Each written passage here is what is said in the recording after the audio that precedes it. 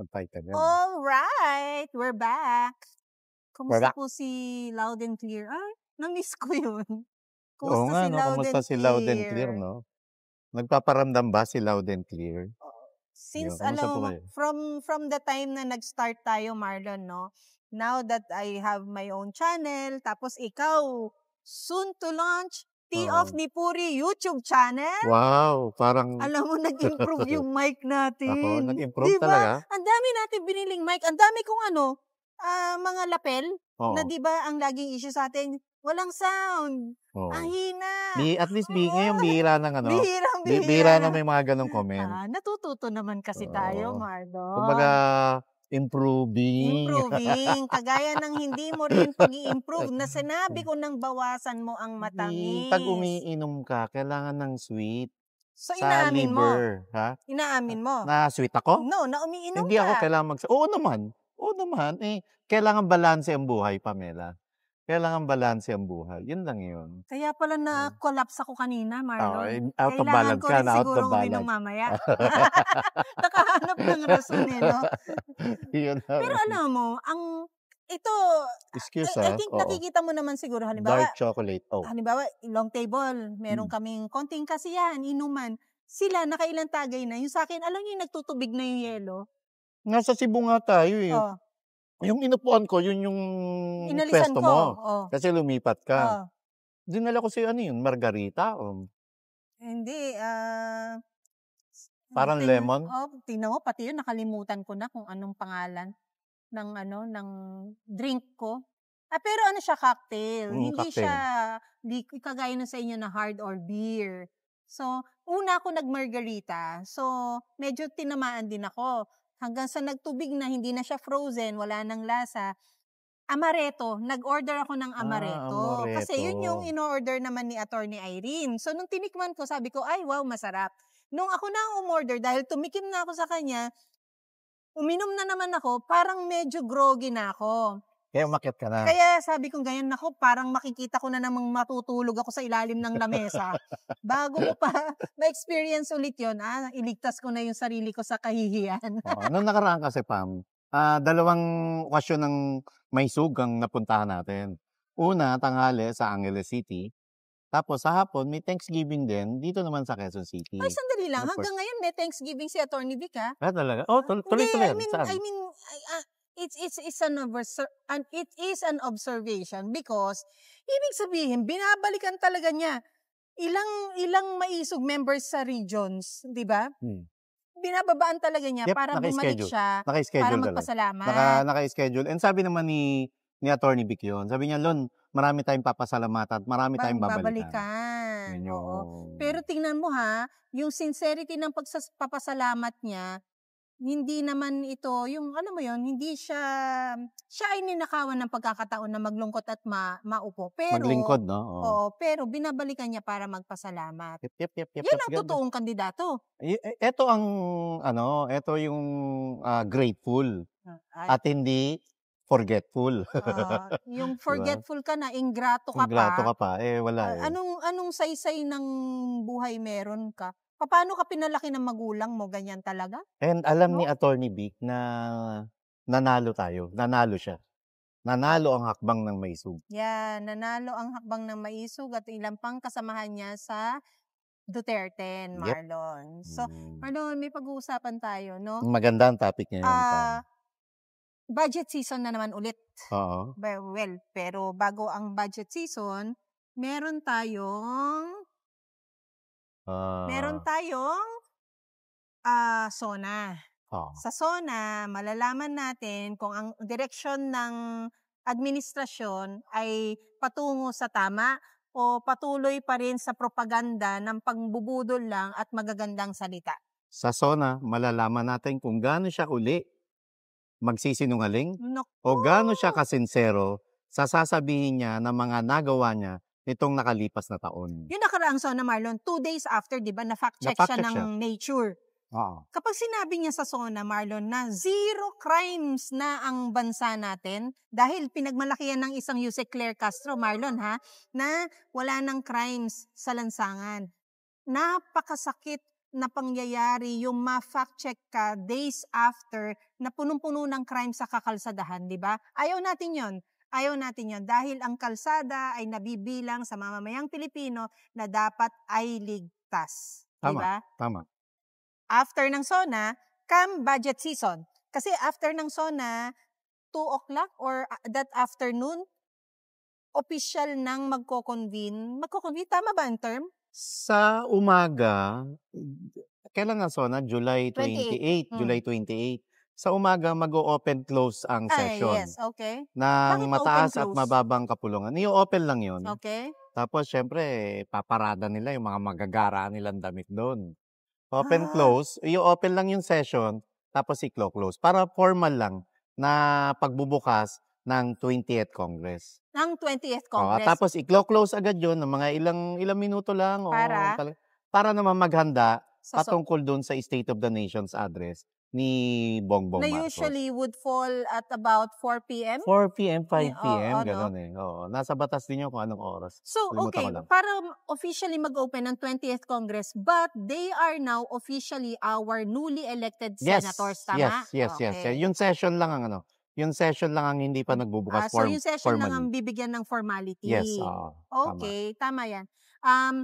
And after SONA, Marlon, ang sinasabi natin, budget season na naman. Budget season, nandyan yung pagbabalangkas mo, dapat ang pondong ito ay nasa ganitong proyekto, nasa ganitong gawain and all. However, at ito ang kinakailangan mong pondo. Yes. However, ang nakakalungkot, Marlon, yung issue natin nung nakaraang pondo, pilit pa rin nilang pinagtitikom at pinagkikibit-balikat at alam mo yon, pinagwawalang bahala. Pinagwawalang bahala.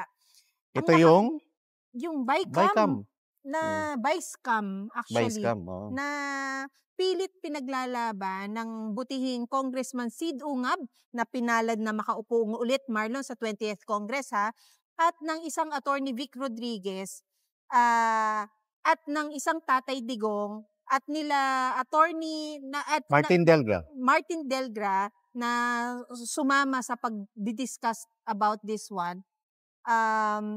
Walang hustisya na nakukuha hanggang ngayon. Walang hustisya kasi hanggang ngayon hindi pa nag-uumpisa yung oral argument na dapat ipinatutupad na ng Supreme Court.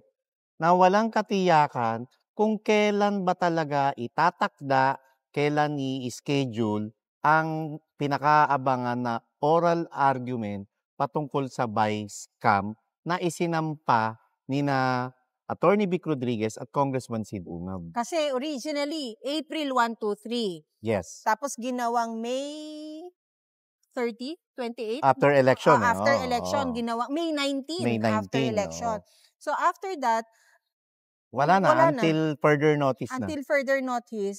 Until this becomes now just a paper win if ever ito ay magtuloy, Marlon. At ang sabi mo nga, ngayong July, ngayong August, magiging budget season na. Yun na. Asa na yung sense of urgency ng Supreme Court na etong hinahabol na pondo patungkol doon sa anomalya sa BICAM, nauubos na. Nalulustay na ng walang kapararakan at magkakaroon na lang uli ng budget season, hindi pa rin napapakinggan, hindi pa rin nadidinig yung usaping ito. Nakakalungkot, Marlon, no? Ibig sabihin, ang Korte Suprema ay hindi rin binibigyan halaga kung ano man tong urgent issue sa corruption. So, na dapat priority at saka forthwith. Diba? Diyan dapat ginagamit ang yung agad-agad agad-agad. But then, again, Marlon, hindi nga kasi maiwasang isipin na is it the same sentiment of Supreme Court na hindi mahalaga yan? Kaya dinelay ng dinelay? Kasi kung ako, Marlon, meron halimbawa, ikaw, ibibigay mo lahat ng oras mo to attend to your son's upcoming wedding. Bibigyan mo ng oras yan because for you, it's urgent. Dapat ganun ng Korte Suprema na kung kayo ay para sa bansang ito, kung may issue ng pera at korupsyon na pondo ng bayang ito, dapat nandyan ka agad. Kaya si Hodang kulang ng isang judge pero ituloy natin, bigyan yan ng date, bigyan yan ng pagkakataon na dinigin. Wala eh. Sa lahat ng emergency room ng mga hospital, pampubliko o private man yan. Oo. Buong mundo to ang may ganitong klasing sistema at patakaran. Meron silang tinatawag na triage. Yung triage na yun, ito yung magdi-distinguish kung ano yung uunahin sa loob ng emergency room. Kapag sobrang emergency at life and death na ang nakasalalay, ito yung unang papansinin ng mga emergency health workers. At kung ano man yung mga maliliit na kaso, yung pumunta lang doon na masakitan tiyan, medyo i-assist din, pero mas bibigyan nila ng prioridad yung life and death. At ito, Pam, sa Supreme Court, dapat ganyan na rin ang ginagawa ng Supreme Court dahil paubos na po ang pondo ng bayang Pilipinas na hanggang ngayon hindi nyo pa rin dinidinig yung kaso. Yung paubos nga na sinasabi mo, Marlon, ano pa yan eh, meron pa yung room na, it means to say, may pera pa. Meron pa. Eh, paano kung ubos na? Yung pala, lahat na, no? Buong-buo, nalustay na, no? Anong mangyayari dyan? Ngayon, walang bigayan ng ayuda dahil tapos na ang eleksyon. Eh, paano ito? Diba? Paano itong bubuuin natin na bagong budget for 2026, Marlon? Correct. Paano mo ito maitatama kung hindi mo kinorek yung pagkakamali doon sa nakaraan? Will you now carry over the same practice to this time around na bubuo tayo ulit ng budget para sa susunod na taon? Kaya nga merong may panukala na mismong si Martin Romualdez bilang speaker. And tingnan natin kung siya pa rin magiging speaker ngayong 20th Congress. Talaga ano ba ba? Dapat. Anong tawag doon? Nakakuyapit. Nakakuyapit pa rin siya? Nakakuyapit pa rin, Pero meron ka bang ilalabas sa tee-off ni Puri na scoop kung siya talaga o hindi? Tingnan natin. Magka-counter check pa tayo Pamela. Wow. Kasi yung I'm so excited. kasi yung sinasabi nilang may mga kongresista ang pumirma para manatiling speaker ang Martin Romualdez, it can't hold water. Wow. Hindi yun nagbibigay ng kabuuang katiyakan na siya talaga. There is no guarantee. Hindi garantisado na siya pa rin kasi bilog ang mundo at bilog ang impluwensya ng Lisa Araneta Marcos at ng Bongbong Marcos.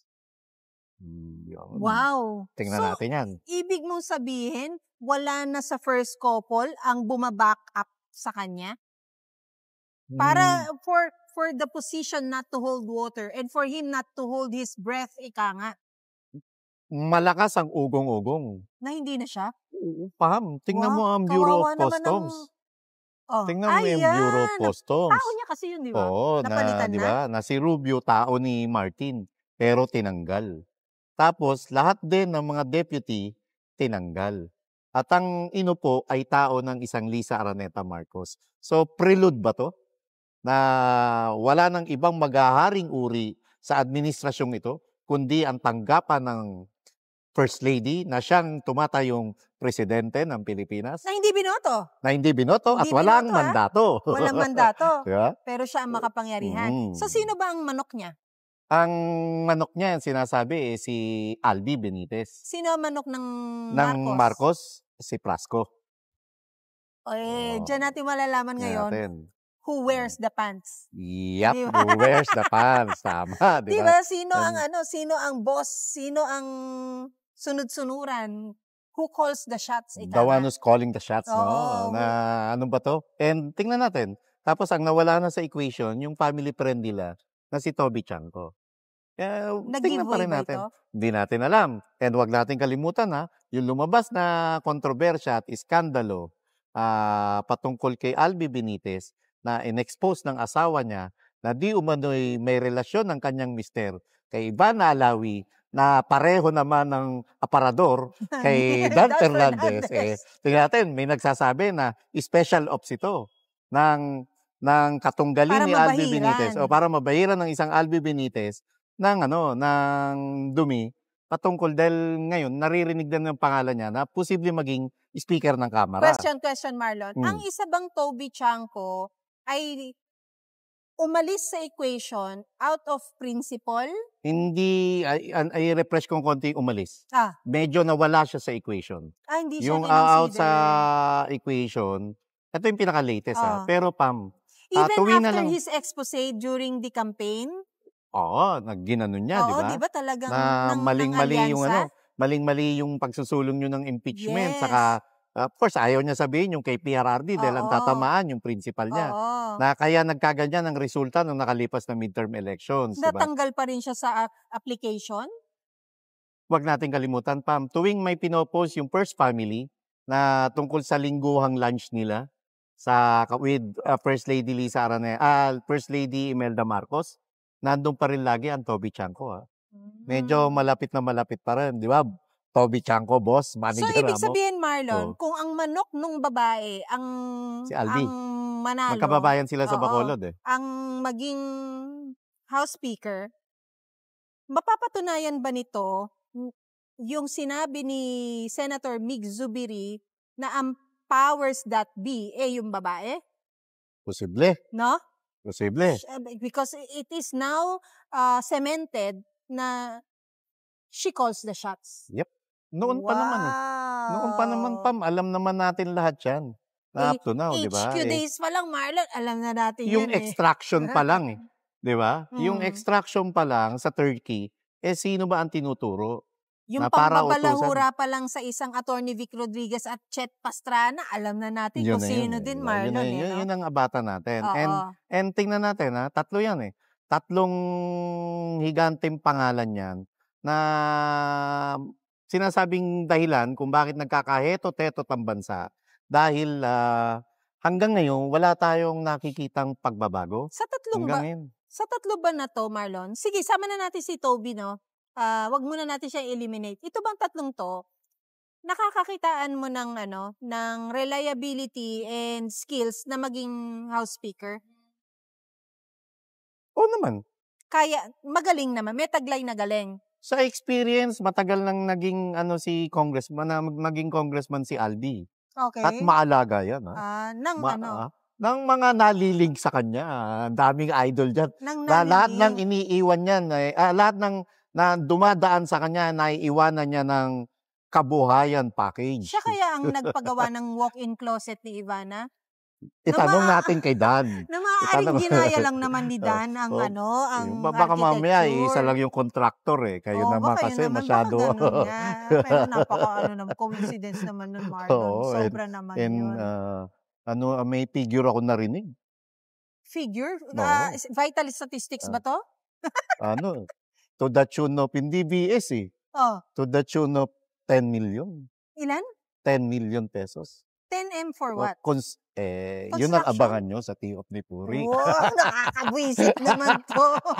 Abangan nyo sa Tea of Nipuri. Galong figure, And yun. Pero ginagawa natin biro, seryoso may naglabas po ng statement at napakaseryoso nito. At hindi basta-basta organisasyon nito, hindi basta-basta samahan ito, kundi grupo ito ng mga dekalidad na negosyante sa bansa na silang sandigan ng ating ekonomiya. At sila ay naniniwala sa kanilang pahayag, Marlon, that it is becoming prominent that the source of corruption in this country is in the budget. Correct. No? Na alam na natin na kaya nga tayo lumalaban. Masaya ako na ang PCCI or Philippine Chamber of Commerce and Industry ay nagsasalita na finally about the corruption of the previous budget, Marlon. Pero dapat kinailangan natin yung drumbeat na yan nung una pa lang Kaya mo na, Pam, at least talagang hindi na sila nakatiis ngayon. Remember nung campaign, naimbitahan ng isang attorney, Vic Rodriguez, na magsalita rin sa Chamber of Commerce sa Binondo. Oo, mga Chinese businessman naman to. Ayaw lang nilang magpa-quote, ayaw lang rin nilang pero sila mismo naririnig natin doon sa pag-uusap nila kay Attorney Vic na walang negosyo, walang kalakaran at walang tiyak at malusog na ekonomiya na nangyayari ngayon dahil na rin sa talamak na korupsyon sa pamahalaan. Pero taliwas sa sinasabi ng palasyo, Marlon, through the PCO or Presidential Communications Office, yung ganyang yung mga ganyang pananalita na patuloy na gumaganda ang ekonomiya ng bansa, isa tayo sa rising ASEAN countries, tapos isa rin ay yung unti-unti na-address natin ang inflation, pero if you go down deep to the people really doing business, ang sinasabi taliwas. Alam mo bakit? Bakit? Kasi nung nagsabog ng kasinungalingan ang langit, sinalo ito ngayon ng pamunuan ng PCO ngayon. Di ba? Grabe yung kasinungalingan nila. Ay, alam mo Marlon, ang tao, masyado ng matalino ngayon na alam nila kung ano ang factual sa kung ano ang propaganda. Di ba? Itinuro din sa atin yan ni Tata Ray Briones nung tayo ay kanyang talagang inaalagaan na maging totoo sa mga datos na ilalabas natin noong sumusuporta tayo. At Nung panahon ng kampanya. Nung panahon ng kampanya ng 2022. Nung panahon na napaniwala natin ang mamayang Pilipino na ganito kagaling kabuti ang isang Marcos Jr. Napaniwala din tayo na may continuity siyang gagawin. Yung pala nabudol tayo. Nabudol. Isa ka talaga sa patron din ng budol, Marlon No? Alam ng tao kung ano, kung binobola o binibilog mo kami sa kung ano talaga ang totoo. Kasi tayo na simpleng mamamayan, nararanasan natin, na-experience natin na, Marlon, nasa grocery ako nung isang araw. Hindi po ako madalas mag-grocery. Mas madalas po ako na kumakain lang sa labas dahil hindi ho ako marunong magluto. But, nararamdaman ko na panipis ng panipis ang ating savings, Marlon, no? Na kailangan mong magtipid at pumunta sa grocery. Doon ko na lang naramdaman na yung ganitong libo na dala ko, kulang pa, Marlon. Kulang pa. Naakala ko marami na akong magiging stocks dahil nag-uulan din lately. Bigas ang mahal, Marlon. Canned goods, dahil nga hindi marunong magluto, mahal na rin pala ang canned goods, Marlon. Ang gatas, para kung wala man akong ganang kumain, hindi ako sikmurain, maggagatas, mahal na rin ang gatas. Grabe, kape, sabon panlaba, Marlon, toiletries, toothpaste, napakamahal. Nakakaiyak pala, Marlon. Itong nasa Malacanang lang nagsasabi na mura bilhin. Alam mo bakit? Bakit? Matataas ang sweldo nila. Oo. Dahil may sweldo na sila, may sahod pa sila. Wow. Oo, di ba? Kanino? Ay, Kanino syempre. yung sweldo? Kanino kumukuha ng sweldo? Sa taong bayan yun. Kanino kumukuha ng sahod? Sa kurakot yun. How to be mo? Gusto ko rin when I grow up, Marlon, I want to have 2 sweldos. Wow, grabe, di ba? No? And ginagawa natin Bilo Pam. Ito yung kasinungalingan lang bago, kasi hindi naman bulag ang taong bayan. Hindi bulag ang mamayang Pilipino nang sabihin ng isang Bongbong Marcos na nang sugurin ng kapulisan ang KOJC compound ay walang tirgas, walang barel.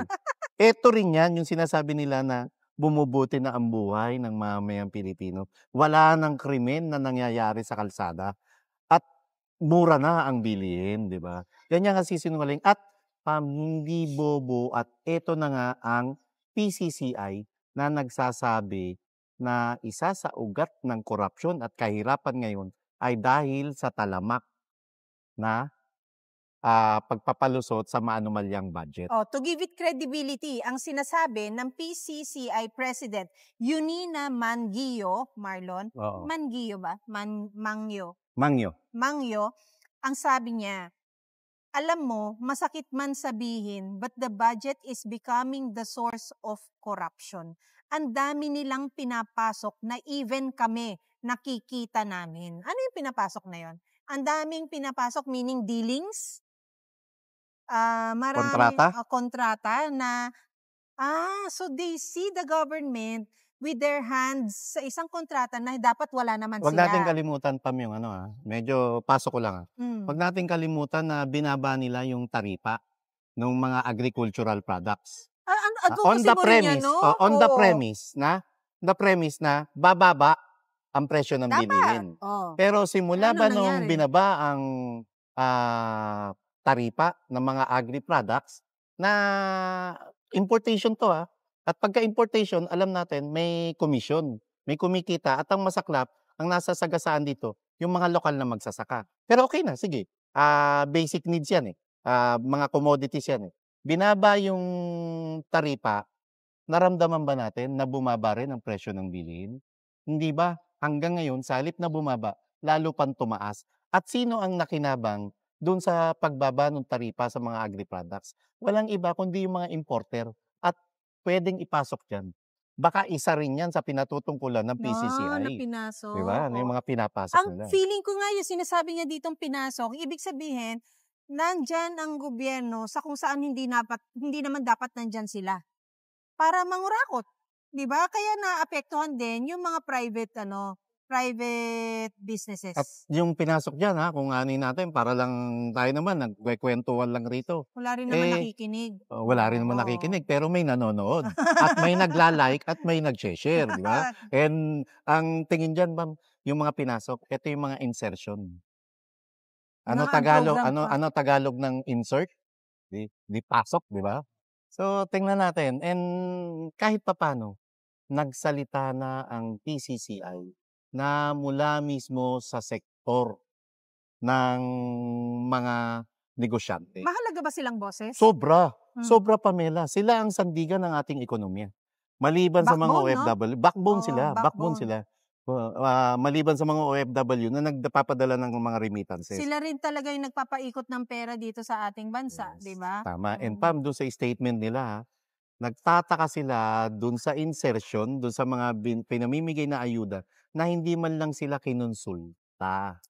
Walang Ayan. consultation na nangyari dahil dapat talaga sa bawat aksyon na ginagawa ng gobyernong ito, ipinapatawag nila lahat ng mga stakeholders para malaman nila yung pulso ng iba't ibang sektor ng lipunan. Anong ginagawa nung LEDAC or economic advisors niya, Marlon? Yun yung kaya nga Oh.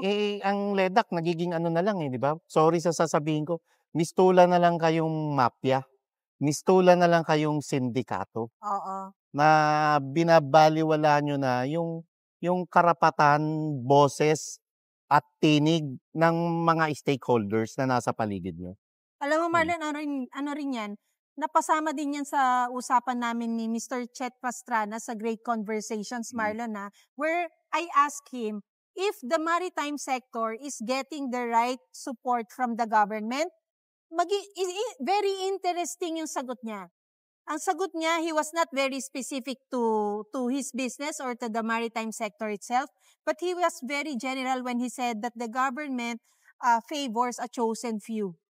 No? Negosyante ito, ibig sabihin na apektuhan ito. Nabanggit mo kanina, Marlon, no? Sobrang taas na lahat ngayon, bilihin and all. Alam mo kung ano na lang ang bumababa? Ano? Timbang ko, tsaka yung pasensya ko. Kasi yung hindi ka na makakain ng gusto mo dahil kailangan mo magtipid, hindi ka pa marunong well, but that's a good thing, no? Kasi now this time, alam mong magtipid.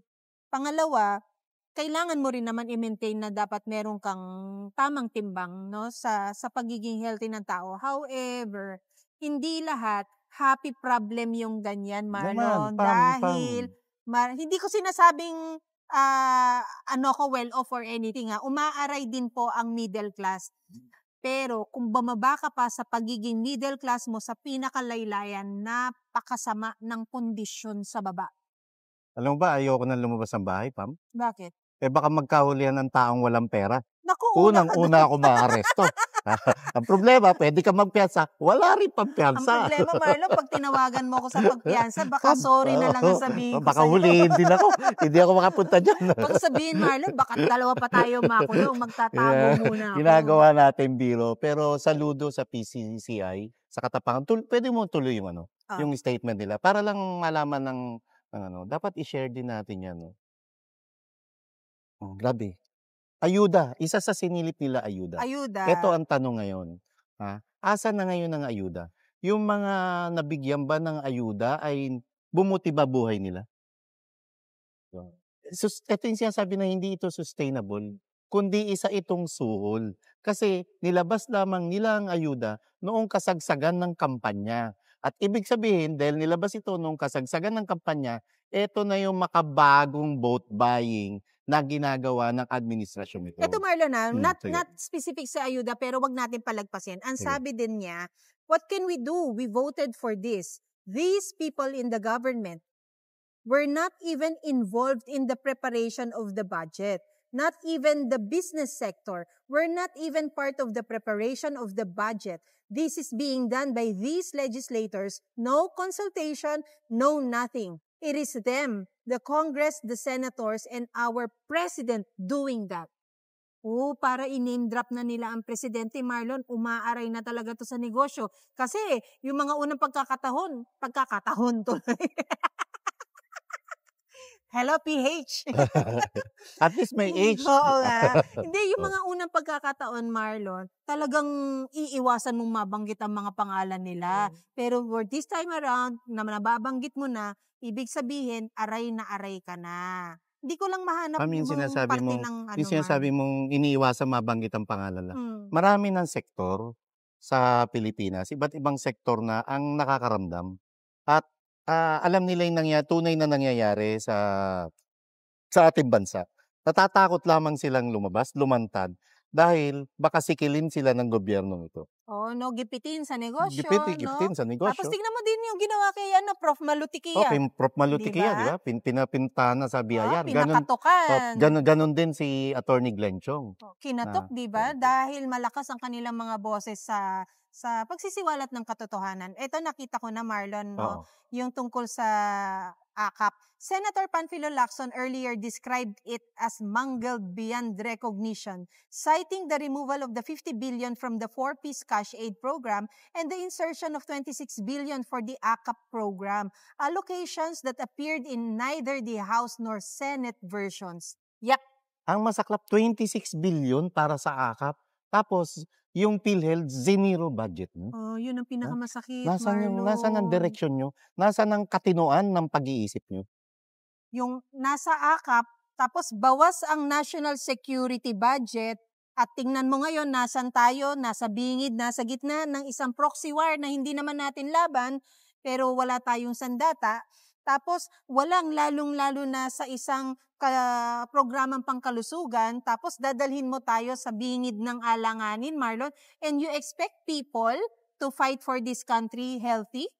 Ang health, dapat physically healthy ka, emotionally, mentally, At para prepared ka priority yan. sa lahat. Prioridad dapat ng Estado yan. Yes, true. Edukasyon at ang kalusugan. Even the education, as stated in the Constitution, should have the most allotment of national budget. Pero wala. Wala. Alam mo, ang priority nila, sa Department of Public Works and Highways, na wala naman tayo nakikita na tunay na trabaho o Nasaan, Marlon? proyekto nila. Nasaan ang mga tulay? At alam natin, kapag sa DPWH, bawat proyekto merong SOP o komisyon. Nandun pa rin ang korupsyon. Ilang percent ang SOP? Dati 10%, 10%, 15%. Malaki na yun, diba? Kapag malaki ang budget, malaki ang 10%. Dati, ano na yun Standard na yun? By tradition, standard na yun. Pero ngayon, Pam, 30%, 35% hanggang 40%. Kaya ang nagsasuffer, yung mga end users. Kasi wala nang At yung actual project. Wala yung actual project. So, ang dike mo ngayon, Marlon, halo ang loob? Oo. Ampaw na. Ampaw na? Ampaw na. Oh my God. Kaya naman konting ulan, wasak ang mga flood control, no? Totoo. Konting ulan, ang mga kalsada nag-aangatan kasi aspalto lang. Hindi siya semento. Kanina pa, bago ako pumunta rito, no? Nakamonitor ako sa radyo. Wala man lang kahit isa ang nagbabalita nito. Dito sa pahayag ng PCCI. Hindi kinuha, no? Hindi kinuha ang mainstream media, no? Kaya kayo po, i-share nyo po to. Ipaalam natin na ang meron ng nag-post po boses. Si Sir Chito Fuentes. I-follow nyo po. Follow nyo po yung kay Sir Chito Fuentes sa Facebook page niya. Meron ng sektor mula sa industriya ng mga negosyante at pinakamalaki to, PCCI, ang nagsasalita ngayon hinggil sa malawak at talamak na korupsyon. Na malakas ang loob na nirereklamo ang ating mga congressmen, nirereklamo ang ating mga senators, at inimplicate na at nireklamo din ang presidente. I think this should be a wake-up call for this administration that either the remaining years of your term, gumawa kayo ng tama at hindi kayo mangurakot, or it's the end of your political aspirations and careers. Yung wake-up call na yun, hindi ko alam kung Kailan kaya darating aplikante yun? pa ba tong wake-up na to na ano eh. Yung paggising mo, kung talagang high ka, hindi mo na nararamdaman eh. No?